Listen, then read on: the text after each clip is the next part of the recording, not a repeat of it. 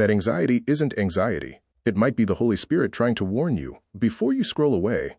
Have you ever walked into a room and instantly felt uneasy? Met someone who seemed perfectly nice, yet something inside you whispered, "Be careful." You couldn't explain it. You couldn't prove it. But you felt it. What if that wasn't fear? What if that was discernment? Romans chapter 8 verse 16 says, "The Spirit himself bears witness with our spirit." Notice that. God often speaks spirit to spirit before he speaks circumstance to circumstance. The Holy Spirit doesn't always shout. Sometimes he whispers.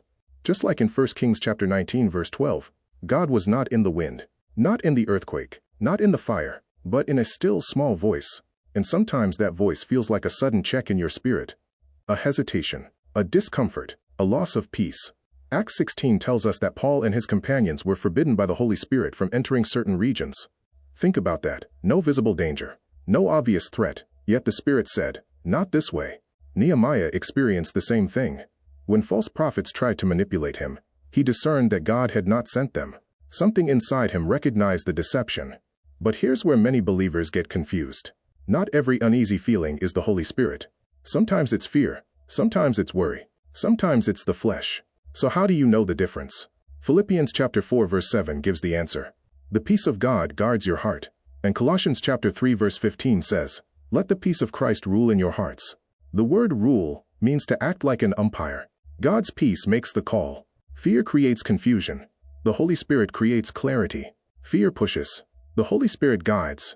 Fear leaves chaos. The Holy Spirit leaves conviction. Isaiah chapter 30 verse 21 says, "Your ears shall hear a word behind you, saying, 'This is the way, walk in it.'"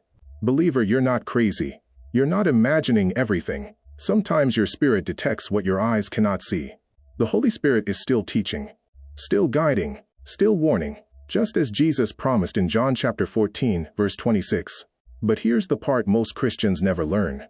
The location of the warning often reveals the source behind it. Where you feel it, in your chest, your spirit, your thoughts, or your peace, can tell you what spirit is operating. And once you understand that, you'll never interpret spiritual warnings the same way again.